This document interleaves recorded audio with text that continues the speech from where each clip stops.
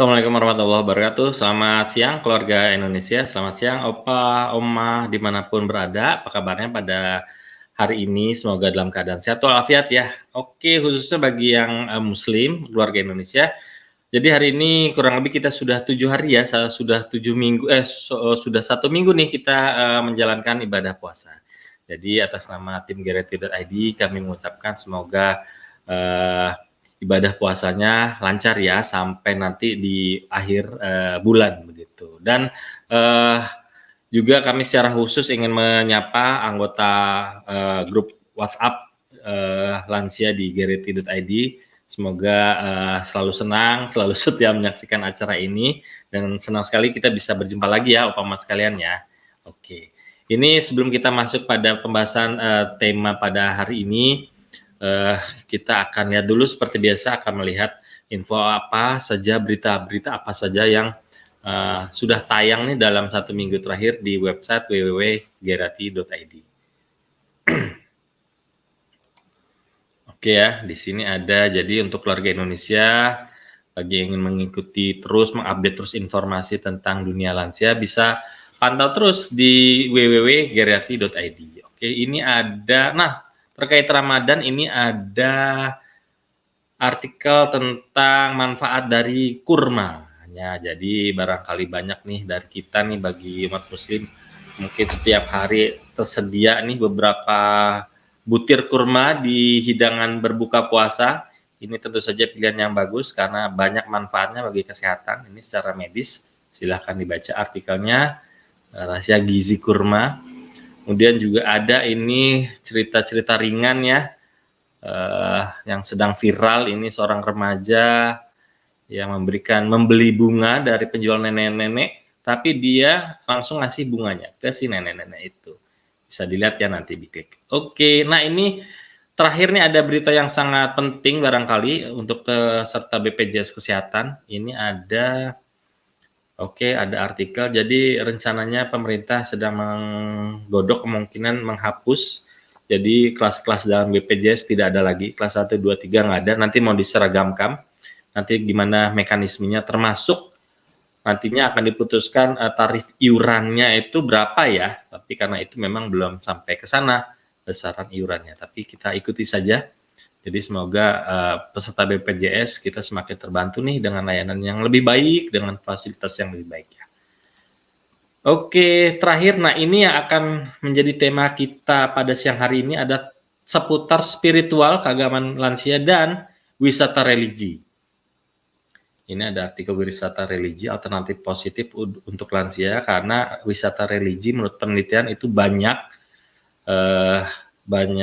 manfaatnya, banyak efek positifnya, mulai dari melepas kejenuhan lansia sebagai salah satu upaya peningkatan iman. Oke, silakan dibaca di www.gereti.id, karena hari ini kita akan membahas tentang wisata religi dalam bentuk pesantren lansia.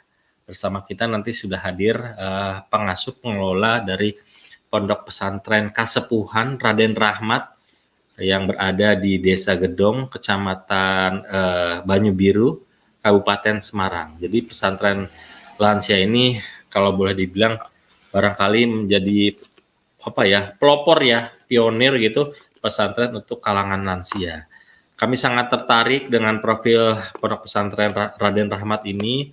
Nanti Opa Mas sekalian, keluarga Indonesia juga bisa dilihat di akun-akun media sosialnya, di YouTube, di Instagramnya, sangat-sangat menarik.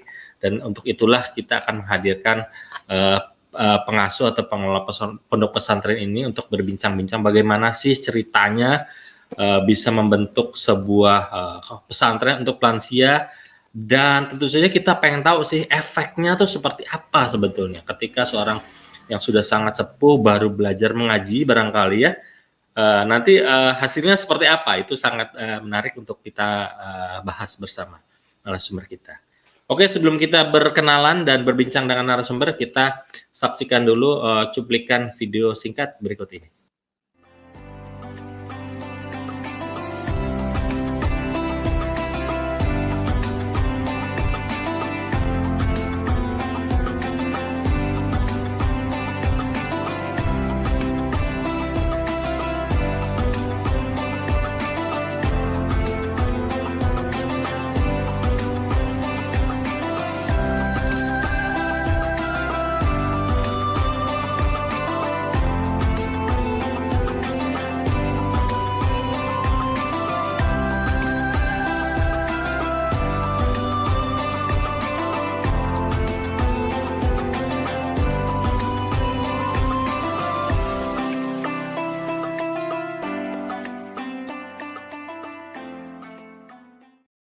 Nah, itu dia narasumber yang akan berbincang dengan kita, Mas Ahmad Winarno, atau yang lebih akrab dipanggil Mas Nano. Kita sapa saja beliau. Assalamualaikum, Mas Nano. Waalaikumsalam warahmatullahi wabarakatuh. Apa kabar, Mas Nano? Sehat walafiat ya? Alhamdulillah baik. Alhamdulillah. Ini sebelum kita ngobrol, bagaimana rasanya menjadi idola para nenek-nenek, kakek-kakek di sana di pondok pesantren? Oh, enak serasa bersama gadis-gadis 20 tahun kali 3. Tuh, kali 3. Tuh kan, benar kan? Auranya udah beda nih, auranya udah beda. Mudah-mudahan nanti ceritanya juga lebih menginspiratif kita semua. Mas Nano, ini segudang Siap, pertanyaan dari siap, saya karena saya siap, sangat siap. tertarik melihat konten-konten dari pesantren Raden Rahmat ini ya. Ternyata memang pesantren ini dikelola secara modern lah, mengikuti perkembangan zaman, mengandalkan medsos yang ya buat saya sih lucu-lucu. Makanya tadi potongan video itu kan kita ambil dari Instagram dan YouTube-nya pesantren Lansia. Bagaimana itu bisa mengelola seperti itu? Bagaimana, ada alasan khusus, Mas Nano? Jadi saya sebetulnya berawal dari pengen nyenengin ibu. Ya. Jadi ibu ini kan anaknya 4, tidak ada satupun yang tinggal bareng ibu. Semuanya merantau, saya di Bekasi, yang satunya di Temanggung, yang satunya di Pekalongan, dan yang satunya diboyong sama suaminya beda kecamatan. Seperti itu. Lah, ibunya di mana? Ibunya di mana? Ibunya tinggal di kampung yang sekarang tempat pesantren Lansia ini. Oh, oke. Lalu? Nah, yang menariknya kenapa kita butuh bahagiakan, bahkan basisnya berbasis wisata. Saya tidak ingin orang tua itu kayak ibu saya. Ibu saya itu termasuk orang tua yang katakanlah masa lalunya kurang beruntung, karena hanya untuk makan saja ibu itu harus ngasak ke kampung sebelah, kadang-kadang berjalan sampai 7-10 kilo, itu nyari orang yang panen hari itu di mana. Beliau ngasak itu ngambil sisa-sisa orang panenan. Dan itulah yang harus dikonsumsi setiap hari oleh ibu. Jadi kalau nggak keluar ngasak, ibu waktu remaja membesarkan kami itu, ibu nggak bisa kasih makan anak-anaknya. Nah, ketika kita merantau, begitu ya alhamdulillah lah bisa ada rezeki, kemudian kita minta izin sama ibu, sebagian tanahnya ibu yang boleh nyelengin yang awalnya dari ngasak, terus kemudian alhamdulillah pelan-pelan kita punya rumah, kemudian kita punya tanah, boleh kalau orang Jawa bilang tuh nyusui ya. Jadi kebetulan saudaranya ibu juga banyak yang keluar, tidak ada di daerah sini, sehingga kalau butuh apa sesuatu, tanahnya itu bagian-bagiannya itu kita yang kemudian beli dengan harga separuhnya. Nah, saya pengen orang tua ini kemudian bahagia sebenarnya. Terus Mas Nano kenapa memilih pesantren, tidak mungkin ada rumah singgah atau apa gitu, tapi bentuknya sebuah pesantren? Nah, kebetulan mungkin hadiah terindah. Jadi kita ini kenapa milihnya pesantren? Ya, kebetulan saya ini mualaf. Jadi saya 94 itu masuk Islam. Tapi ibu saya dan keluarga-keluarga itu tidak serta-merta mengikuti saya. Dan begitu ibu terakhir masuk Islam sebagai hadiah adalah saya buatkan TPQ Lansia waktu itu. Dan yang uniknya, saya belajar ngopeni mbah-mbah ini bukan dari seorang kiai. Kemudian saya main, kemudian ketemu dengan suster. Kebetulan saya kan sekolahnya Katolik. Saya ini alumni sekolah Sanjaya, sebuah SMP Katolik yang kemudian membesarkan saya di saat itu. Sehingga kawan-kawan saya lebih banyak Katolik walaupun saya agamanya Protestan. Sehingga pas pulang itu yang saya cari pertama kali ada teman-teman. Sehingga ketemulah dengan Suster Rosalin dan saya diajari bagaimana mengelola lansia ini. Beliau ini di Keuskupan Agung Semarang itu punya program namanya Akhir Hayat Bersama Bapa di Surga. Saya bilang, Sus, keren banget kamu punya program. Akhirnya saya mohon izin mencontek pola itu, dan itulah inspirasi pesantren Lansia itu dari kegigihannya para suster itu membersamai para oma-opanya itu untuk menyongsong hari akhir bersama Bapa di surga seperti itu. Wah, itu keren, itu keren. Artinya persaudaraan itu ya, toleransi itu terpancar sekali nih dari sejarah pesantren di Raden Rahmat ini ya, Mas Nano ya. Mas Nano, ini kalau boleh tahu nih ya, sejak pertama kali berdiri sudah berapa miliar nih, berapa miliar, sudah berapa banyak nih santri-santri yang dididik, santri lansia yang dididik ya, atau mengecap pendidikan di Raden Rahmat itu, gimana profilnya Mas Nano? Ya belum sampai 2 triliun lah Mas, baru 665. Oke. Tapi yang terinspirasi yang menelpon di phonebook saya itu sekitar 5.000-an. Wow. Jadi dari sosmed yang tertarik itu 5.000, yang berkunjung ke sini sekitar 1.500, yang pernah mondok ke sini itu mungkin 500 ya, karena programnya pendek-pendek, mereka selesai pulang. Karena rata-rata ternyata kesininya cuma healing. Begitu sudah tumbuh rasa keagamaannya, nek gur ngene tok aku ya iso pulang. Itu yang saya inginkan. Iya, iya. Emang paling lama sampai mondok berapa lama yang pernah ada di sana? Atau mungkin paketnya atau programnya berapa lama? Paling lama. Sebetulnya kita menginginkan pendek-pendek karena sehebat apapun kita, orang tua itu kan reflektif, konsultatif. Jadi kita harus merefleksi akhir hayat beliau seperti apa, dan yang paling nyaman ketika sudah menemukan adalah dibersamakan kembali dengan keluarganya.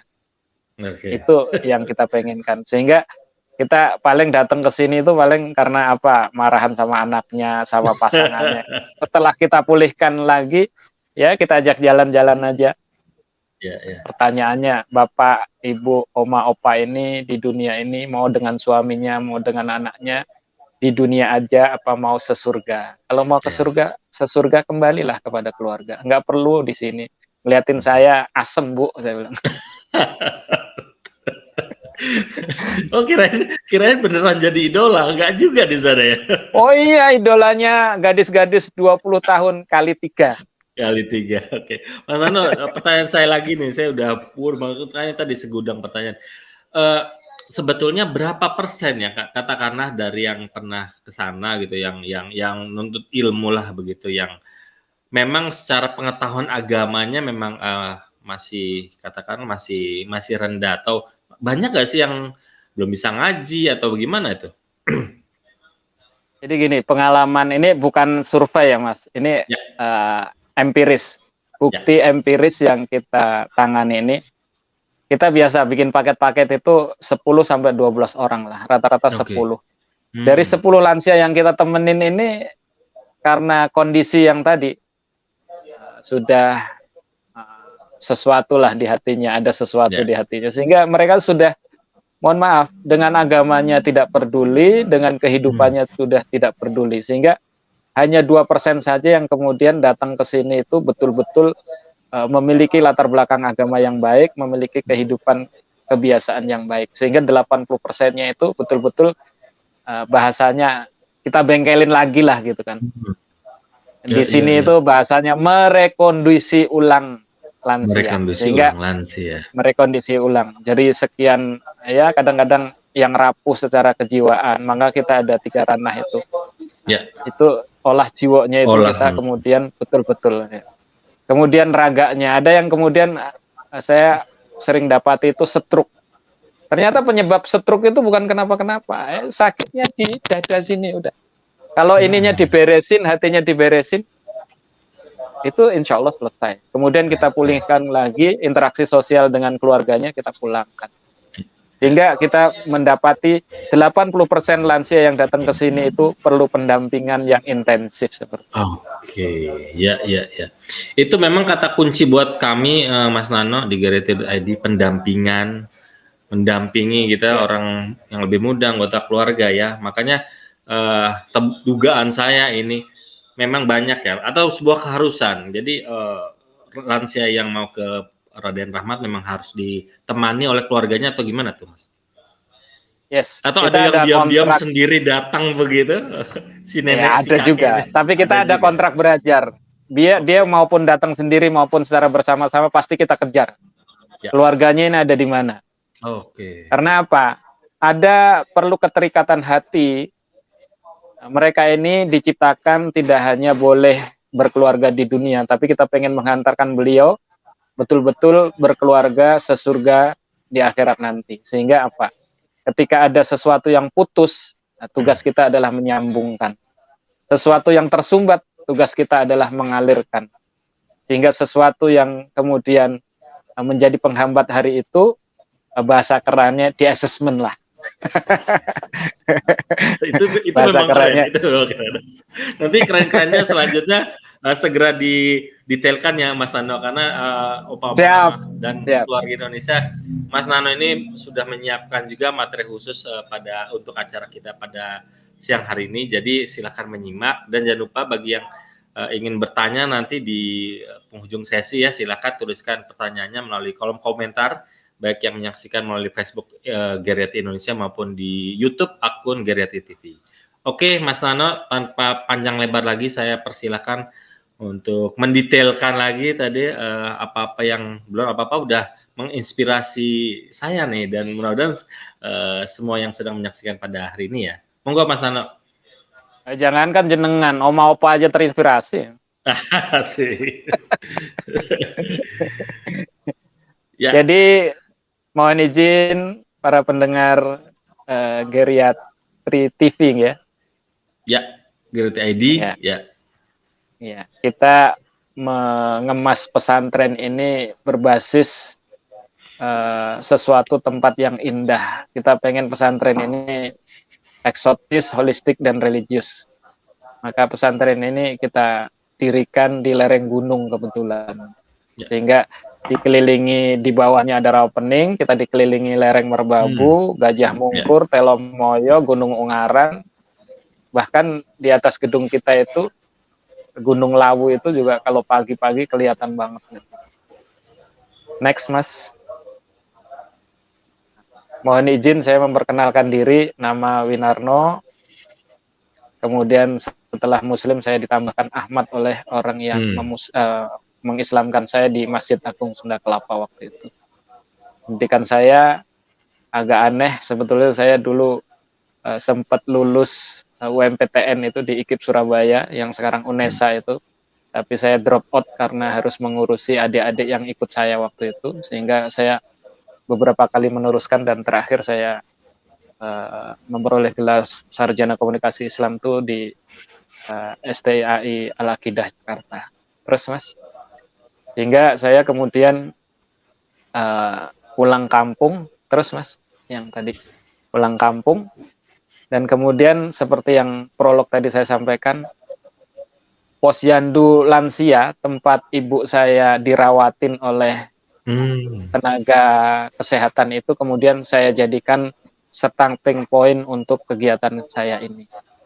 Nah, saya alhamdulillah 2018 ya. 2018. Karena saya pulang 2018. Dan ini saya jadikan starting point, sehingga Posyandu Lansia ini kami legalkan dengan nama Yayasan Pitutur Luhur. Nah, ini banyak orang yang bertanya juga, termasuk di Kesbangpol kemarin. Ini aliran kepercayaan dari mana, Mas? Wah, seperti itu. Enggak tahu dia, ternyata Pitutur Luhur itu pesantren.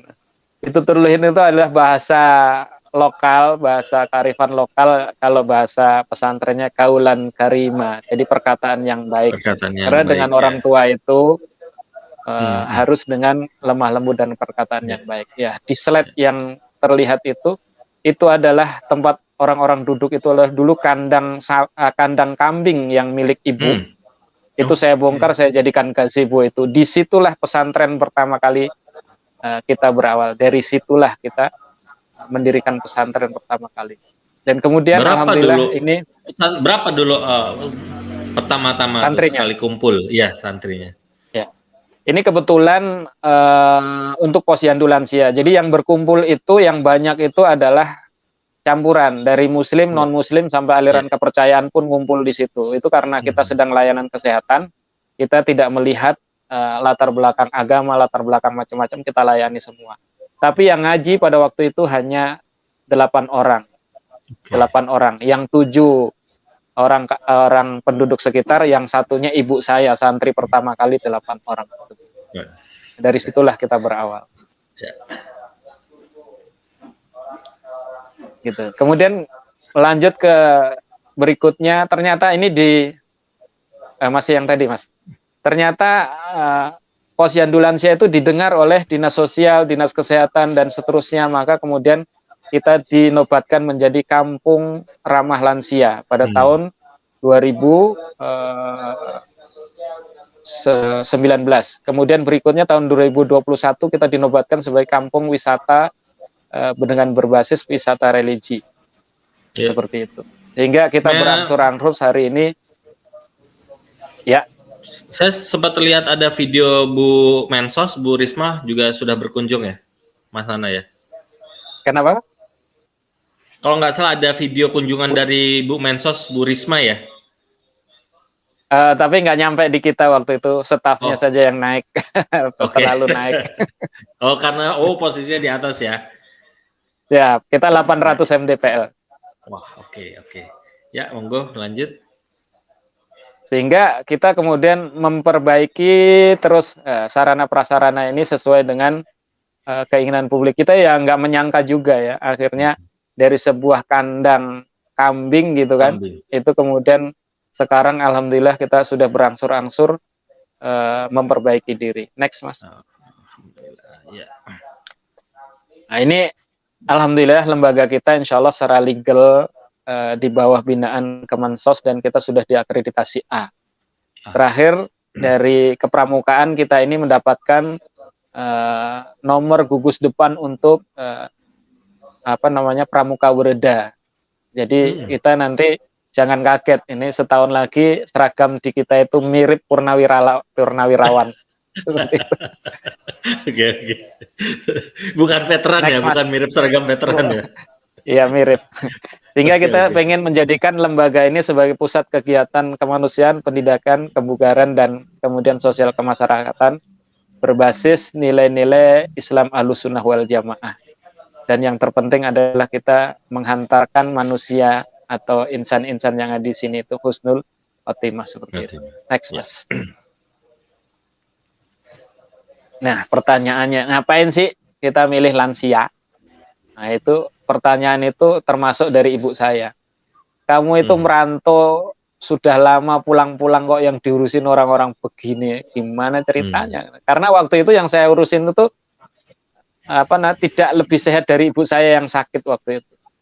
Karena yang saya urusin itu waktu itu yang Alzi itu ada 5, yang stroke itu ada 9, kemudian ada yang sedang healing itu ya ada 4 orang kalau nggak salah. Tapi alhamdulillah semuanya dengan izin Allah semuanya diberikan kesehatan dan baik-baik saja seperti itu. Sehingga saya hanya ingin menjadikan pesantren lansia ini adalah buat siapapun termasuk kita berlatih menjadi caregiver terbaik untuk orang tua kita dan kemudian mengajarkan kepada anak-anak kita biar kelak dia juga menjadi caregiver terbaik. Karena nggak ada sekarang ini sekolah menjadi bapak, sekolah menjadi anak itu nggak ada. Yang ada sekolah untuk jadi presiden. Itu banyak yang mau itu. Rebutan. Sehingga kalau rebutan, coba diiming-iming, tolong dong jadi caregiver, banyak orang yang nggak mau. Sehingga di sini ada 2 Pak lembaganya, yaitu lembaga untuk sekolah lansia dan sekolah perawat lansia. Alhamdulillah sekolah yang perawat lansia ini kita sudah terhubung dengan sebuah LPK yang sering mengirim caregiver ke Jepang. Alhamdulillah kita ini bekerja sama dengan beliau. Yang setingkat SMA ya, Mas ya, tingkatan SMA ya, atau setelah SMA. Setelah SMA ya, oke. Ya, setelah SMA. Sehingga kita pengen hanya satu aja, Mas. Siapa tahu di antara sekian banyak orang yang kita urusin ini doanya kemudian dimakbul, kemudian menjadi asbab terampuninya dosa-dosa kita, karena ya terus terang kita ini yang di sini nggak semuanya latar belakangnya dijamin bersih secara rohani, tapi siapa tahu dengan amal-amal kebaikan ini dosa-dosa kita diampuni oleh Allah Subhanahu wa taala, sehingga orang tua itu sebagai penghantar pintu surga kita kelak insyaallah seperti itu. Next Mas. Nah, kalau tadi itu alasan religiusnya Mas, pengen masuk surga. Nah, ini alasan data statistiknya yang mengerikan. Ini perlu saya buka biar semuanya orang itu kemudian nggak ngatain saya. Ngapain orang sudah mau wafat, sudah mau meninggal, tinggal delosor-delosor, tinggal nunggu matinya kok diurusin. Saya tanya balik ke jenengan yang punya pendapat seperti itu. Seandainya jenengan dikaruniai umur panjang dan yang jenengan dikasih sakit-sakitan dan yang jenengan yang dikasih cuman rebahan terus gitu. Kira-kira jenengan merindukan nggak orang yang ngurusin? Merindukan nggak orang yang kemudian pengen peduli dengan jenengan? Pasti jenengan semuanya merindukan. Begitu juga dengan mereka-mereka yang hari ini kondisinya seperti itu. Itu jumlah yang seperti itu ada 5 juta Mas di Indonesia. Ada 5 juta. Kemudian yang lansia yang potensial itu ada di 31 juta. Artinya apa? Orang tua kita hari ini yang perlu kita openin itu sekitar 36 juta, Mas. Yang jadi persoalan jangan-jangan saya sama jenengan termasuk yang 59 juta ini pralansia. Jangan nuduh gitu dong. Oh, jenengan baru 27 tahun ya. 27 kali 2. Oh, kali 2. Ya. Saya termasuk sudah 46 Mas saya. 46 itu berarti termasuk sudah yang 59 juta. Maka hari ini saya hanya belajar ngurusin orang tua itu ben saya biar saya nanti kalau memasuki usia yang sama saya pengen juga dibalas gitu kan, saya diurusi sehingga saya dihantarkan. Siapa yang menjamin kesehatan kita ini masih utuh? Siapa yang menjamin kondisi kita ini masih segar bugar seperti sekarang ini? Kan nggak tahu. Tapi kalau semakin banyak kita menginspirasi, suatu saat misalnya, qadarullah saya ada sesuatu, oh itu kan dulu yang ngopenin, itu kan foundernya pesantren lansia, mesti saya diurusi kan gitu. Nah, apalagi ngelihat masnya ini, oh itu kan dulu yang siaran di geriatri, oh dia tahu, kita urusin aja gitu. Amin. Dan untuk Jawa Tengah itu luar biasa, ada 6 juta Mas yang harus saya urusin. Ya. Jawa Tengah. Secara di Indonesia itu ada 36, yang 6 jutanya itu ada di Jawa Tengah. Ini luar biasa. Maka saya pengen orang tua itu ketika diurusin itu tidak seperti, mohon maaf ya, pesantren kita bukan panti jompo. Nah, itu menarik. Pesantren saya bukan panti jompo. Sehingga kita ini harus holistik, kemudian integratif, kemudian apa? Kita ini mengerti mereka gitu kan. Sehingga dengan tadi konsisten kita reflektif konsultasi, kita tanyain latar belakang mereka ini apa. Kalau mereka latar belakangnya dulu petani, kita ajak reflektif, mengenang masa-masa bertani, ya sudah kita ajak bertani saja. Gitu kan. Kalau mereka pegawai, kita ajak diskusi seperti apa ngelola ini, sehingga yang ngelola ini sebetulnya bukan kami aja. Jadi para santri di sini ini hampir alhamdulillahnya kemudian mereka kita bangkitkan kembali semangatnya untuk sukses, untuk menjadi juara yang kedua. Setelah masa lalunya sebelum pensiun mereka juara, hari ini mereka harus juara. Bahkan akhir hayatnya harus juara, yaitu bisa mengucapkan kalimat la ilaha illallah di ujung akhir hayatnya. Next Mas. Ya ini tadi yang saya sampaikan. Sehingga kita butuh seperti itu karena apa? 80% lansia yang jumlahnya yang kita urusin ini ternyata mereka kurang peduli dengan agamanya, kurang peduli dengan kehidupan sosial kemasyarakatannya, sehingga perlu pola edukasi yang holistik, integratif dan komprehensif dengan pendekatan reflektif konsultatif, yaitu melalui pesantren ini dikemas dalam posisi wisata edukasi untuk kaum lansia seperti itu. Next Mas.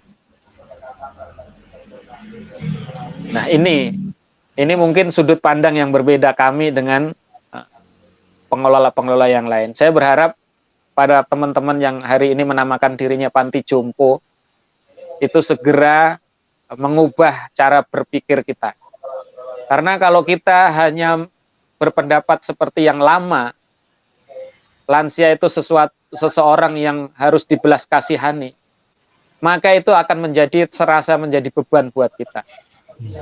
Tapi kemudian kita hendaknya merubah pikiran kita, karena dengan merubahnya pikiran, maka pola pembinaan kita terhadap lansia pun akan berubah. Lansia itu adalah sesuatu sosok, maksud saya, lansia itu adalah sosok yang mesti dimuliakan.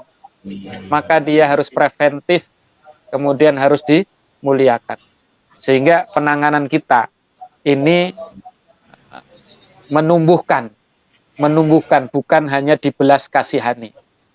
Sehingga apa? Jika dikarunia umur panjang, kita semuanya pasti akan menjadi tua. Dan kita kalau sudah menjadi tua itu pengennya lebih lama hidupnya, lebih sehat, badannya lebih stabil emosionalnya. Dan kita yang pengen adalah begitu tua itu kita pengen husnul khotimah. Tentu spiritual kita pengen terus meningkat seperti itu. Next. Sehingga ada 3 pola pelayanan kita. 3 ranah pelayanan dan pembinaan kita. Kalau yang ungu itu kebanyakan orang itu versi panti jompo.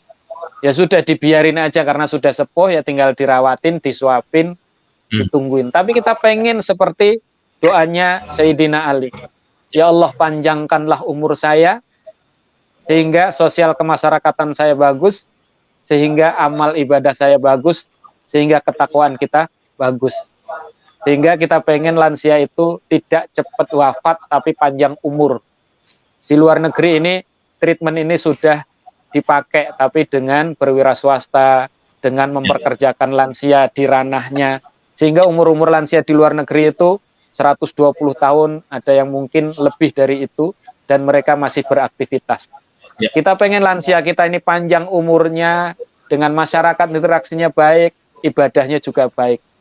Maka ketika datang ke sini, itu ada 3 pekerjaan yang kita lakukan. Yang pertama asesmen. Setelah asesmen, pendampingan. Dan setelah itu ada rencana tindak lanjut bagaimana sepulang dari sini mereka tetap nyambung dengan kita. Sehingga raganya sehat, interaksi sosialnya bagus, kemudian ketakwaan kepada Allahnya tetap terus meningkat. Next, Mas. Mas Anu, ada batasan usia nggak? Atau apakah ini usia kita nih, kita? Saya menduga usia kita sama. Maksudnya di bawah 50 boleh bergabung kah atau bagaimana? Atau memang khusus 60 ke atas misalnya? Ya, kita mulai dari pralansia, Mas. Oke.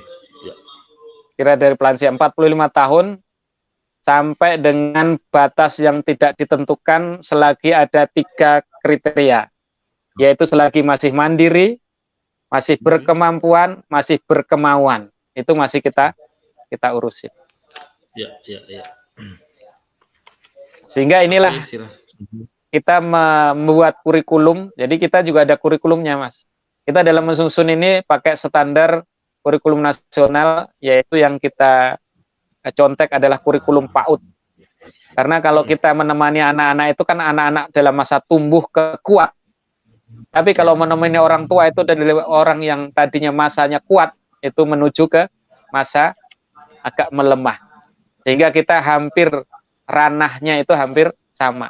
Sehingga 3 ranah 6 aspek inilah yang kemudian setiap orang yang berwisata rohani di sini kita dampingin dengan ini.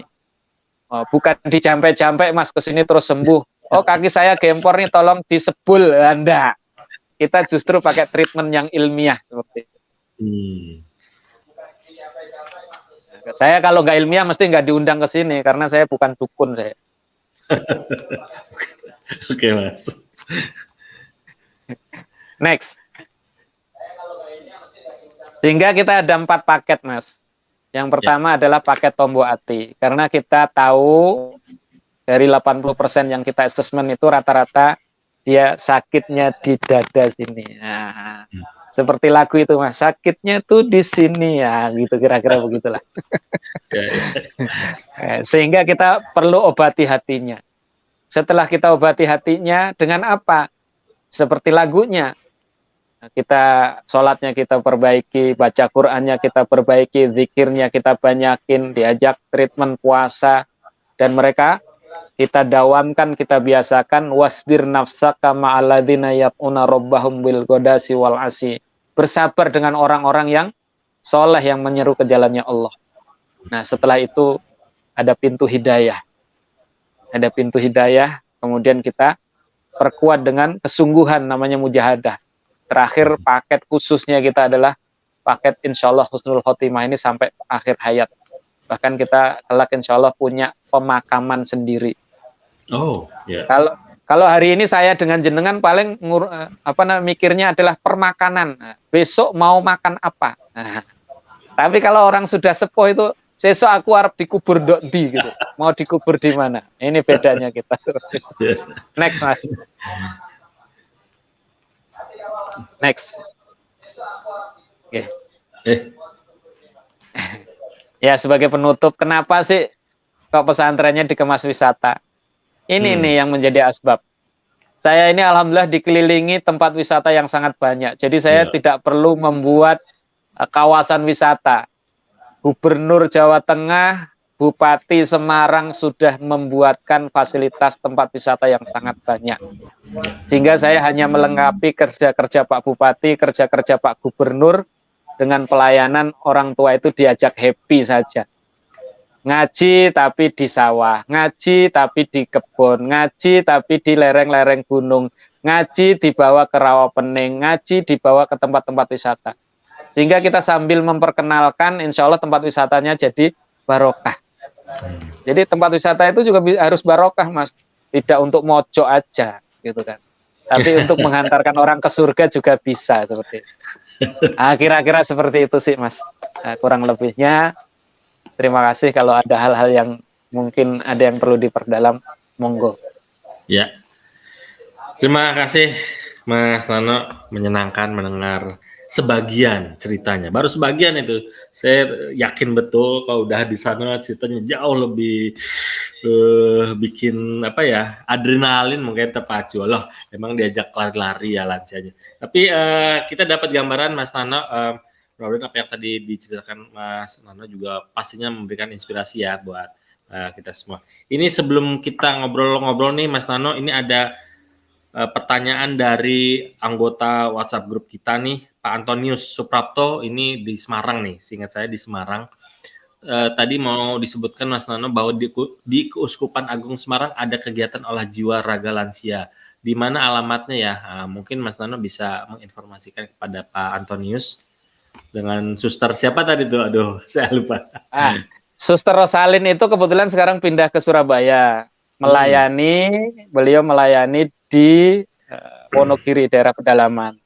Saya penggantinya belum dapat, tapi kalau kegiatan lansia bagi kaum Kristiani, itu ada di Rindang Asih 1, Rindang Asih 2. Nanti cari aja di Google-nya. Atau di Maria Sudarsih, atau di Rindang Asih 3, itu ada di Kendal. Oke. Tapi kalau yang Muslim, jika mau berkenan, insya Allah nih nggak jauh beda. Ya. Jadi pelayanan yang menghantarkan para lansia itu untuk menghadap Tuhan dengan baik seperti itu. Jadi saya diajarkan sama suster itu, kamu kalau menjadi orang baik, jadilah pelayan Tuhan terbaik sebagaimana kamu pengen dilayani seperti itu. Jadi melayani Tuhan itu harus dengan sebaik-baik pekerjaan, karena Tuhan itu adalah sosok yang maha bersih, maha baik, maka kita pelayanannya harus yang terbaik. Oke, semoga bisa ditangkap ya informasinya Pak Antonius ya. Mas Nano, ini saya pengen dong mendapatkan gambaran khusus nih tentang aktivitas nih. Katakanlah biasanya saya nggak tahu ya itu di paket yang mana begitu, misalnya bangunnya jam sekian, kita ngapain? Mungkin bisa dikasih ilustrasi Mas, kegiatannya day to day-nya ketika kita nyantri nih, lansia nyantri di sana begitu. Tidak ada angkut-angkut air kah? Ada angkut-angkut air limbah sumur kah? Masih ada kah begitu gimana? Ada. Itu dulu Mas, itu dulu. Jadi saya ini rondon atau jadwalnya ini mirip yang dilakukan oleh Suster Rosalin. Suster Rosalin itu membangunkan oma-opanya itu pagi-pagi. Jadi kebetulan kalau Suster Rosalin itu ada beberapa yang ada yang bed rest. Jadi oma-opa di sana itu dibangunkan pagi-pagi, dibersihin dengan yang luar biasa, yang gembira. Oma-opa, mari kita sambut Tuhan dengan bahagia. Wah, keren sekali. Saya bilang keren mensus. Akhirnya itulah yang saya ikutin. Pagi-pagi di sini oma-opanya dibangunkan, kalau di sana diajak ke bakti doa pagi, kalau di kami ini kita ajak kemudian sholat tahajud. Tahajud. Sholat tahajud. Setelah sholat tahajud selesai, kemudian ada sholat subuh jamaah, kemudian ada kajian pagi, kemudian ada senam pagi, ada sarapan, kemudian dilanjut lagi sekolah pagi. Di Kuskupan Agung Semarang juga hampir seperti itu, mirip-mirip seperti itu. Sehingga setelah dibersihkan, dilayani, diajak doa pagi, ada kebaktian pagi. Jadi bagi umat Kristiani silakan saja nanti menghubungi Kuskupan Agung Semarang itu. Katolik ya, itu di Rindang Asih 1, 2, 3, dan kemudian kalau di Ambarawa itu ada Maria Sudarsih. Insya Allah kalau di yang Muslim, insya Allah kita punya Raden Rahmat ini. Ya. Seperti itu. Bagaimana respon Mas? Ini sangat menarik ya untuk mengetahui respon nih. Katakanlah apalagi yang sudah sepuh, katakanlah mereka kan secara alami daya tangkap juga agak lebih menurun atau lambat ketika diberikan kajian-kajian kayak gitu. Gimana Mas Nano mungkin bisa ceritakan banyak cerita unik ya yang didapati dari program pesantren lansia ini begitu loh. Apalagi video-videonya ada yang udah benar-benar sepuh baru baca Iqra itu mungkin terlihat lucu ya, tanda kutip lucu ya begitu. Gimana Mas? Ya ini harus sabar ya. Akhirnya apa? Kalau mereka yang kemudian latar belakang sekolahnya bagus sih, kita agak mudah. Ya. Karena ternyata konsultan pendidikan kita ini tidak menyarankan untuk dibikin kelas-kelas. Karena zaman Rasulullah SAW itu, halakoh Rasulullah SAW itu, pengajian Rasulullah SAW itu tidak pernah mengkelompokkan strata sosial atau strata pendidikan. Ngaji aja bareng-bareng. Nah ini sehingga merumitkan awalnya sebelum tahu kita. Seperti yang jenengan bayangin, rumit sekali. Terutama dalam masalah pendengaran. Kita minta tolong apa gitu, dia dengarnya apa. Lucu kan. Sehingga mohon maaf nggih ngapunten yang sepuh. Ini kadang-kadang kita kan ada 5B itu nggih. Kalau sudah sepuh. Ngapunten agak budek itu maksudnya sakit pendengaran. Kemudian pendengaran, kemudian mata. Penglihatan. Kemudian ada yang beser. Itu baru duduk sebentar itu. Kenapa Mbah? Baru a'udzubillah, baru bahasa ta'awuz tahu-tahu grisot itu ke belakang. Karena apa? Di kita itu dulu ngaji pertamanya ini ubinnya tanah. Cuman dikasih spanduk bekas, kemudian makanya dingin banget. Alhamdulillah. Terima kasih kepada donatur yang melihat kita dengan kerendahan hatinya, kemudian para dermawan itu sekarang kita dibangunkan sebuah kelas yang representatif. Sehingga hari ini alhamdulillah nyaris kesulitan-kesulitan itu nyaris tidak ada. Yang kita yakinkan adalah banyak para sahabat itu yang sudah sepuh pun ketika masuk Islam dan ternyata mereka bisa jadi sahabat terbaik. Di sini metodenya qiraati yang orang bilang qiraati itu sulit. Tapi ada opa kita yang 4 bulan sudah bisa baca Al-Quran dan kemudian sudah mulai menghafal. Keren kan? Keren. Dengan makhraj yang baik, dengan tajwid yang baik. Sehingga tidak ada yang sulit bagi Allah, tidak ada yang sulit bagi Tuhan. Kalau semuanya dikehendaki maka semudah kita belajar qiraat itu 4 bulan alhamdulillah dikasih kemudahan oleh Allah. Ya. Oke. Nah ini langsung ada yang tertarik kayaknya. Bu Wiwi, halo Bu Wiwi, apa kabar? Ini Bu Wiwi dari Sragen, Mas Nano. Beliau pernah kami datangi ke rumahnya, kita sowan ke orang tua kita. Ini mau silaturahmi aja boleh nggak? Alamatnya di mana? Mungkin harus pakai janji dulu atau tidak, Mas? Ketik aja Bu di Google, Kampung Lansia Raden Rahmat. Insya Allah 24 jam dan nggak usah pakai mahar di muka. Senang. Saya bukan dukun. Jadi kalau silaturahmi kapan aja, nggak usah bawa gula teh. Cukup hasil bumi yang lainnya. Ya, kalau gula teh ada di sini insya Allah. Keren. Berarti ini banyak ya Mas Nano ya, bukan cuma dari Semarang dan sekitarnya. Dari banyak daerah kah sudah banyak yang pernah berkunjung ke sini ya? Insya Allah. Santri kita pertama itu dari Solok, Sulit Air, kemudian Jambi. Existing hari ini ada yang dari Bengkulu, Balikpapan, kemudian Samarinda. Kemudian ada beberapa di Pulau Jawa. Seperti itu. Insya Allah kita dari lintas daerah. Makanya kita butuh toleransi itu seperti itu. Toleransi antar umat beragama, toleransi antar suku, toleransi antar mazhab. Jangan Antar sampai di mazhab sih. pesantren sudah Iya, iya, sepuh masih khilafiyah. iya, iya, iya, Pertanyaannya, iya. jenengan itu kalau mau mati masih mau khilafiyah juga? Pernah dong ada semacam situasi ketika terjadi perdebatan mungkin di antara para lansia itu? Oh iya, latar belakang fikihnya kan macam-macam, sehingga kita perlu Oke. satukan di sini. Ya, ya, ya, Itulah ya. kita sampai di dengan Fakultas Dakwah IAIN Salatiga itu dibuatkan fikih toleransi ibadah untuk kaum lansia. Isinya Oh, rukshoh-rukshoh dan pemakluman-pemakluman. Keren kan? iya, iya, iya. Yang Keren, keren. sedekah itu tidak hanya sekedar uang, sedekah ilmu. Termasuk hari ini geriatri.id ya. Ya, Itu ini sedekah juga ini, menginspirasi amin. orang banyak. Insya Allah pahala yang menggagas acara ini insya Allah ngalir terus kalau ada yang mendapatkan inspirasi dari acara ini. Insya Allah. Mas Nano, ini ada pertanyaan dari Mbak Hesti Albastari. Siap. Nah, ini pertanyaan serius nih. Tolong Mas Nano jawab dengan serius. Jangan pakai senyum ya, Mas. Halo, aku gitu. Siap. Apa tantangannya dalam menyiapkan pesantren lansia? Karena memang tadi Mas Nano yang menceritakan sejarahnya, bahkan terinspirasi dari ibu sendiri begitu ya. Gimana Mas? Tantangannya gimana nih? Apalagi menghadapi mungkin termasuk tantangan ke depan nih. Gimana Mas? Ya kalau misalnya secara teoritis tantangan itu ada, tapi itu akan semuanya sirna ketika ada dua pemahaman. Yang pertama adalah ya anggap aja yang datang ke sini itu orang tua kita gitulah. Ya. Nah, itu jadi nggak ada problem mau kayak apa aja. Ya orang tua sendiri mau digimanain. Gitu kan. Yang kedua, ini adalah jalan menuju Tuhan, jalan menuju Allah. Kalau kita menyenangi ini, kalau sudah karena Allah, karena Tuhan, kalau sudah karena orang tua, itu ndak ada yang kira-kira itu menyulitkan buat kita. Sehingga saya bilang, nggak ada yang sulit.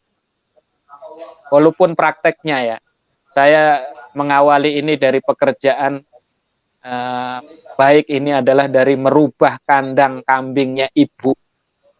Tapi alhamdulillah saya nikmatin aja, insya Allah nggak ada yang sulit. Kalau saya katakan apa kesulitannya, dan saya sampaikan yang sulit-sulit, insya Allah nggak ada yang mau ngurusin orang tua. Nggak ada yang sulit, serius. Kuncinya cuma dua itu.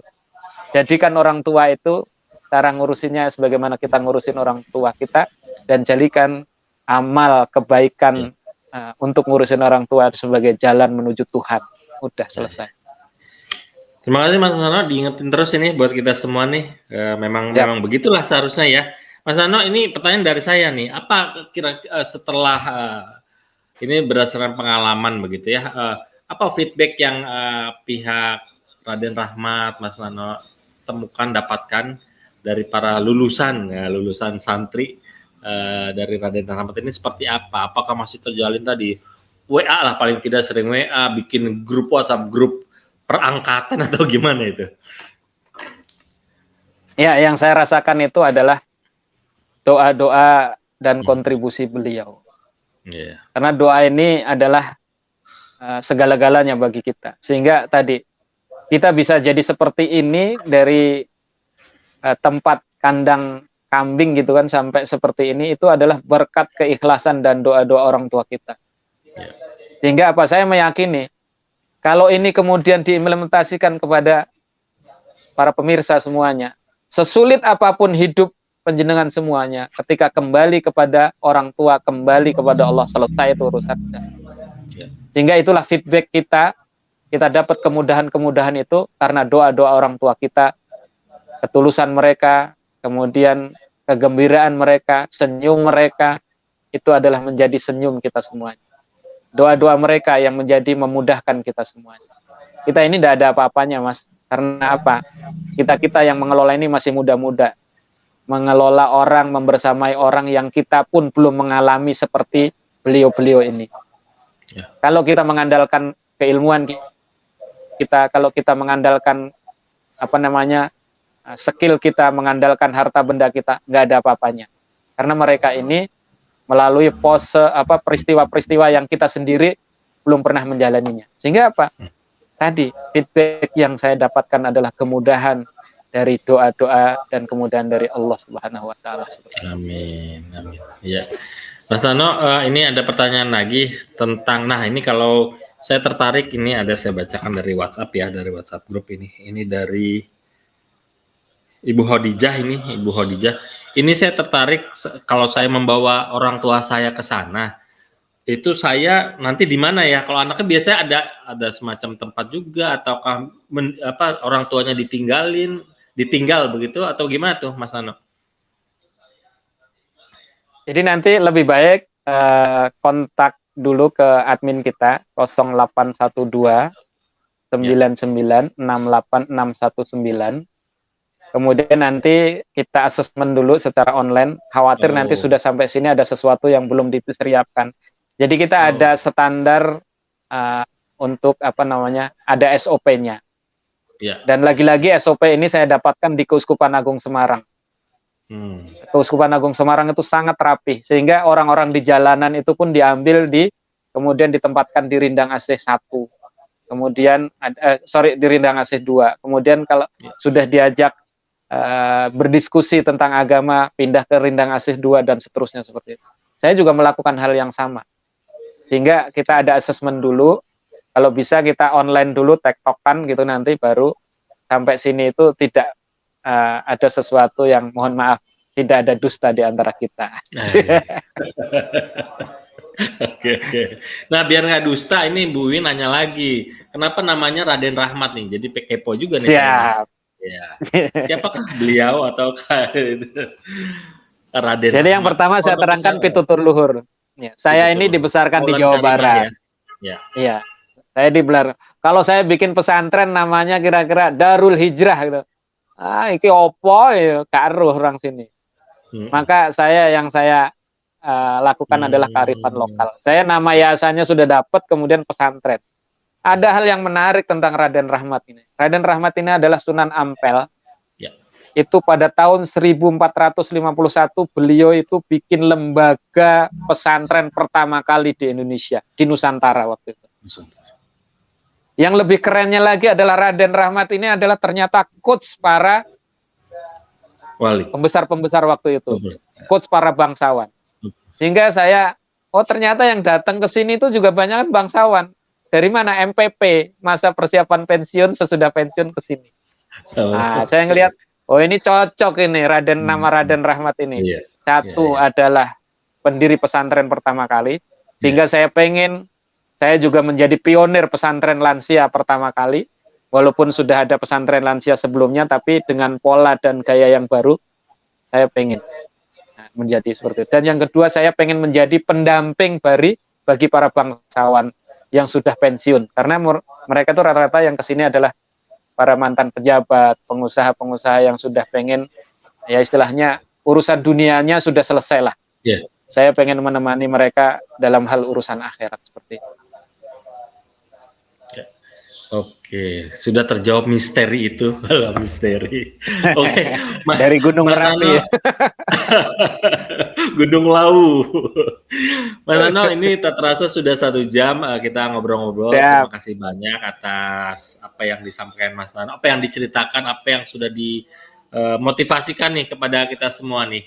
Semoga apa yang sedang Mas Nano dan tim di sana kerjakan lancar selalu, berkah selalu ya Mas Nano ya. Tapi barangkali boleh Mas Nano kita mendengarkan semacam closing statement atau apa begitu dari Mas Nano tentang pesantren Asia, apalagi kita tahu sebetulnya ini fenomenanya yang mulai marak ya. Kami perhatikan juga banyak juga pesantren-pesantren untuk lansia begitu, apalagi khusus di bulan Ramadan ini juga sudah banyak yang memang menyasar khusus kepada lansia begitu. Monggo Mas Nano. Saya balik ke yang tadi, kalau dikaruniai umur panjang, kita semuanya itu akan sampai pada masa tua. Jadi ada 2 pelajaran. Yang pertama yang sudah disampaikan kepada umur tua, ingat, perjalanan kita ini ibarat naik taksi. Perjalanan semakin jauh, argonya semakin banyak. Pertanyaannya, uang saku di saku kita untuk membayar argo itu cukup apa tidak? Begitu juga ketika usia sudah senja. Kira-kira amal kebaikan ini, tabungan amal kebaikan kita ini cukup apa tidak? Kalau belum cukup, segera adakan percepatan. Sebagaimana kita kalau naik kendaraan menuju ke satu tempat yang kira-kira harus ditempuh dengan 2 jam, tapi kita ada kemacetan dan seterusnya. Maka ketika sudah tidak macet, itu kecepatan yang harus kita tambah. Itu bagi yang sudah lansia. Yang masih muda, jadikan pelajaran. Jadilah caregiver terbaik, perawat lansia terbaik, karena kelak siapapun kita, pasti kita akan tua. Di antara kita tidak ada satupun orang yang pengen ketika tua itu terlantar, tidak diurusi, dan bahkan kemudian dikesampingkan atau dikucilkan oleh orang lain seperti itu. Itu adalah nasihatnya. Sehingga berlakulah baik terhadap orang tua bagi yang belum tua, segeralah kemudian memperbaiki diri bagi yang sudah sepuh. Mari kita menata senja untuk meniti surga, insya Allah husnul khotimah. Terima kasih. Ya. Amin. Terima kasih Mas Nano. Sekali lagi kami ucapkan apresiasi yang sebesar-besarnya. Semoga lain waktu kita bisa bertemu lagi, bisa berdiskusi lagi, Mas Nano. Yap. Segera check in aja Mas untuk jadi santri inden. Oke, insya Allah. Oke, terima kasih Mas Nano. Salam untuk teman-teman di Raden Rahmat semua ya, di pondok ya. Yuk, assalamualaikum. Salam. Demikian keluarga Indonesia, Opama sekalian, perbincangan kita yang seru, yang menarik seputar pesantren lansia khususnya yang ada di Kabupaten Semarang di Desa Gedong, Kecamatan Banyu Biru, yaitu Pondok Pesantren Kasepuhan Raden Rahmat tadi yang dikelola oleh Mas Ahmad Winarno begitu. Oke, ini sebelum saya tutup, tadi ada juga barusan nih, ini masuk di WhatsApp ini dari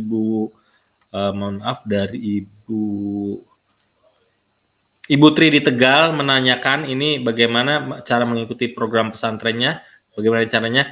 Intinya adalah ibu-ibu atau paman sekalian yang ingin berkunjung atau bahkan menyantri di Pondok Pesantren Raden Rahmat, diklik saja www.pesantrenlansia.com. Itu infonya lengkap sekali, jadi nanti bisa di follow up dari website tersebut ya. Oke, sekali lagi terima kasih atas perhatian Opama sekalian, atas perhatian keluarga Indonesia dimanapun berada. Atas nama pembawa acara, saya mohon maaf apabila ada kesalahan. Kita berjumpa lagi di Lansia Online berikutnya minggu depan, insya Allah dengan tema yang tak kalah penting dan menarik. Assalamualaikum warahmatullahi wabarakatuh.